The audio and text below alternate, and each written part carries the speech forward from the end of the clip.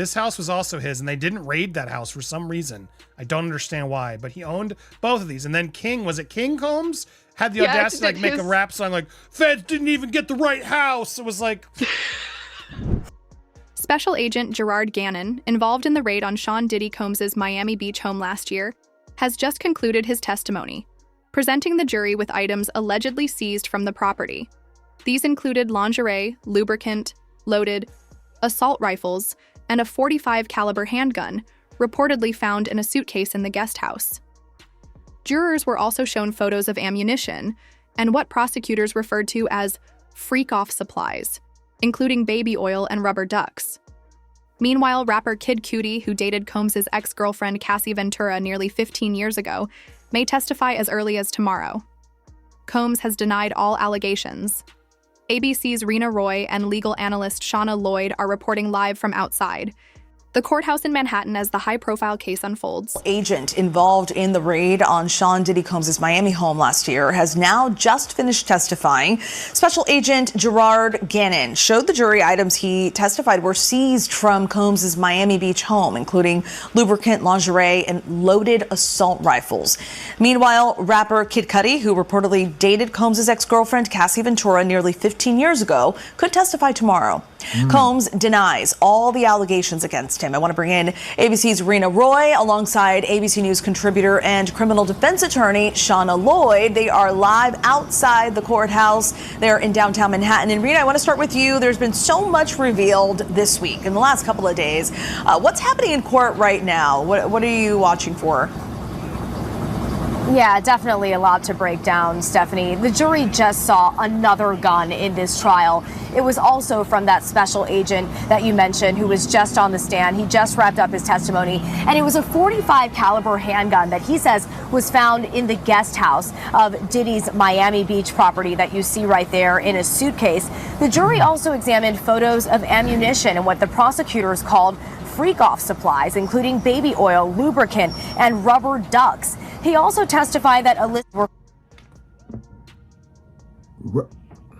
rubber ducks. I can just hear him now. Rubber dub dub in the tub. Oh my goodness, man. Like, we've heard a lot of information, and it was very, very dark and just wild with Cassie. But now this stuff is about to get extremely serious, as far as like when they say he could be facing life in prison. You're gonna see all of this stuff come out, man. Special Agent Gerard Gannon, involved in the raid on Sean Diddy Combs' Miami Beach home last year, has just concluded his testimony, presenting the jury with items allegedly seized from the property. These included lingerie, lubricant, loaded, assault rifles, and a .45 caliber handgun, reportedly found in a suitcase in the guest house. Jurors were also shown photos of ammunition and what prosecutors referred to as freak-off supplies, including baby oil and rubber ducks. Meanwhile, rapper Kid Cudi, who dated Combs' ex-girlfriend Cassie Ventura nearly 15 years ago, may testify as early as tomorrow. Combs has denied all allegations. ABC's Rena Roy and legal analyst Shauna Lloyd are reporting live from outside the courthouse in Manhattan as the high-profile case unfolds. This house was also his, and they didn't raid that house for some reason. I don't understand why, but he owned both of these. And then King, was it King Combs? Had the audacity to like make a rap song like, feds didn't even get the right house. It was like, I called him Yeet Skirt at the time because it was just so bad. But anyway, there was a second house that they didn't go into. That's right next door. It would be bizarre to me that they only focused on the one. Maybe this is where all this stuff happened, and this is maybe the family house. I don't know. But you'd think if you're going to go do the raid and do it right, you'd do both houses. All right, well, there you go. I can't show a ton of those. But yes, as pew-pews, there's a lot of items around these things. Stacks of money, I pills. will say, if you want to prep, get ready for photo 40. And we'll get to that in a minute. Don't put it up yet. The rubber ducky justice. There's now looking at a lot of substances and clips. Yeah. And wow. Yeah, there's a lot of stuff in here. That's a crazy. Look at that Buccaneers logo. I'm just scrolling through for my own better. Wow. What is a high? I think I can show that. That's just a lot of high heels. There's a lot of high-heeled shoes and a lot of He really lingerie. liked a specific kind of shoe. Yeah, rope, a lot of rope and cuffs. And this bathroom too was quite a moment because there's stuff written on the mirror, like in lipstick.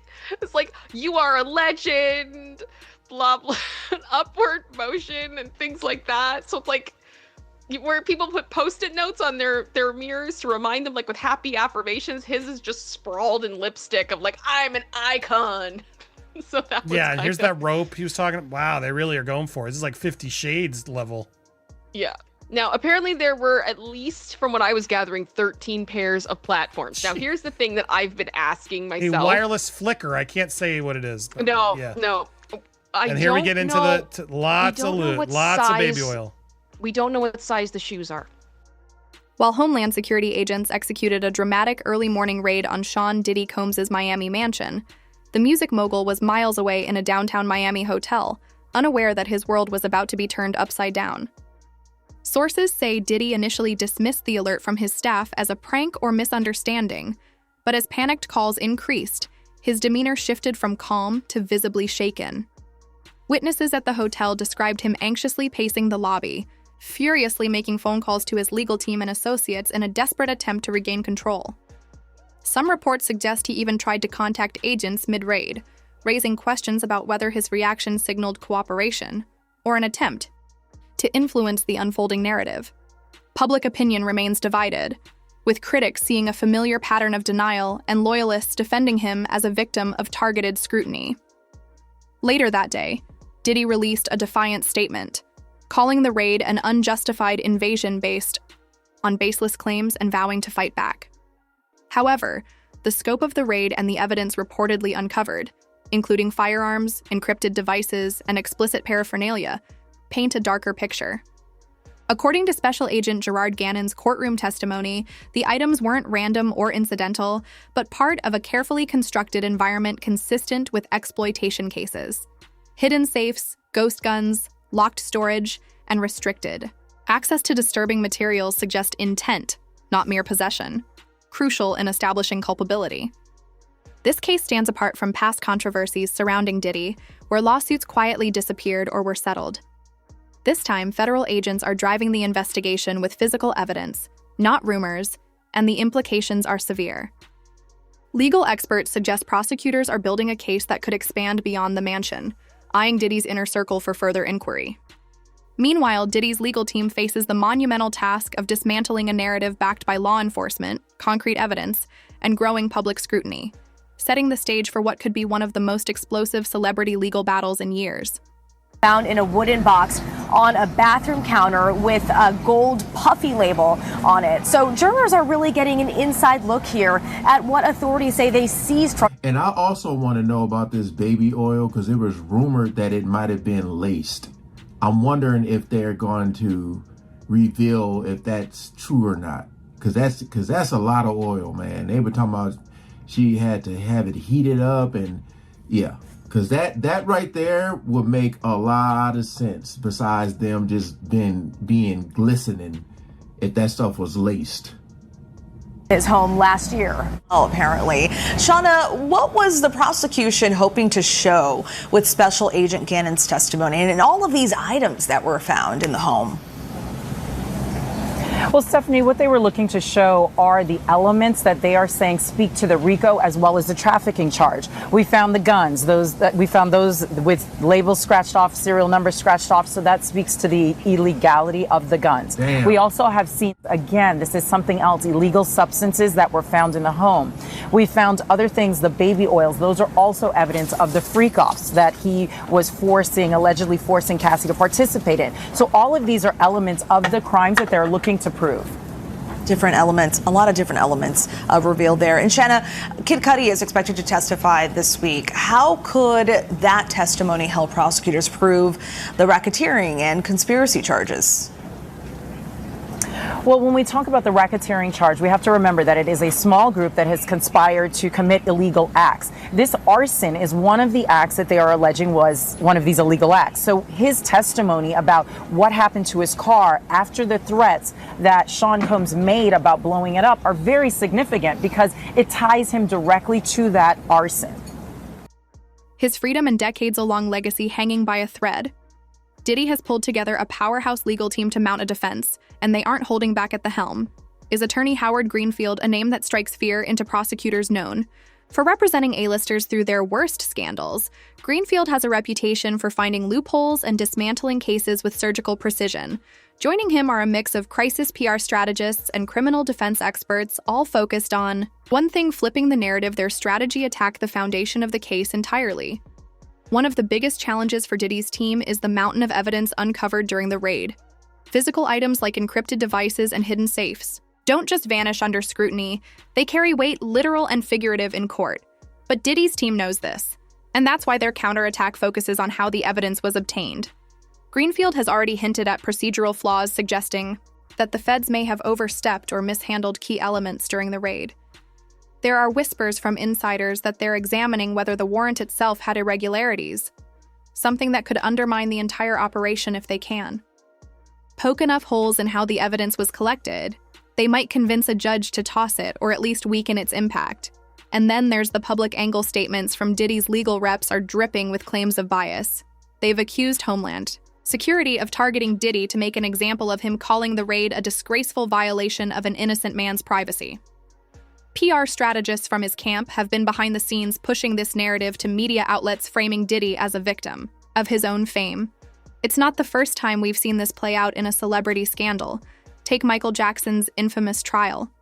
For instance, his defense leaned heavily on claims of bias and overreach, painting investigators as reckless and eager to take down a star. The strategy worked then, at least in the courtroom, though it left lasting marks on his legacy. Diddy's team seems to be walking that same tightrope. But there's risk here, and it's enormous if they lean too hard into the bias narrative and fail to dismantle the evidence itself.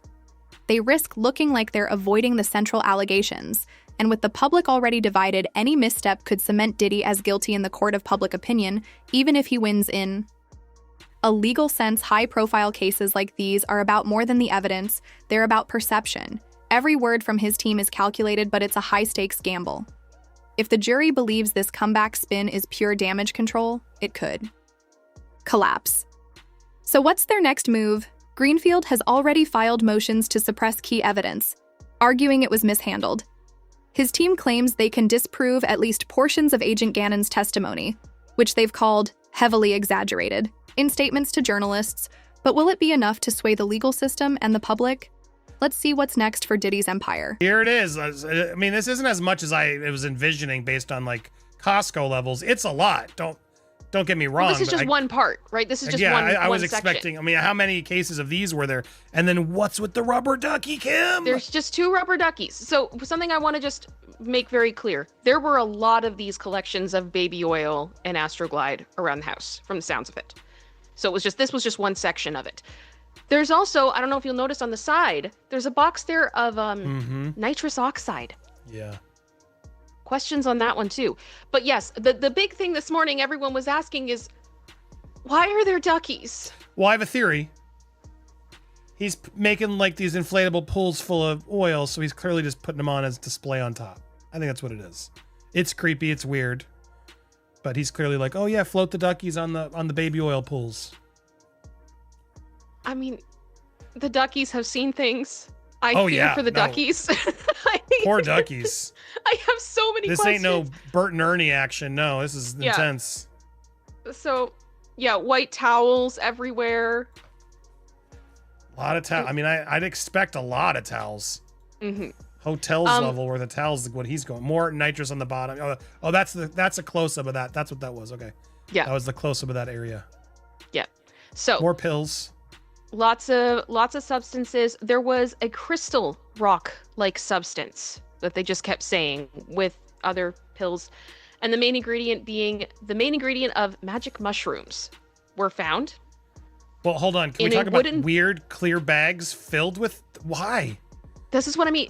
The baby oil was scattered. It was not just in the closet. It was everywhere. And he has so much, like, just throw it away and get a new one. And there's if it's Astroglide leaking. there too. I don't know if you can see it. It's underneath. Why are they in plastic bags? Like, what? I don't know. What is supposed to make them more portable?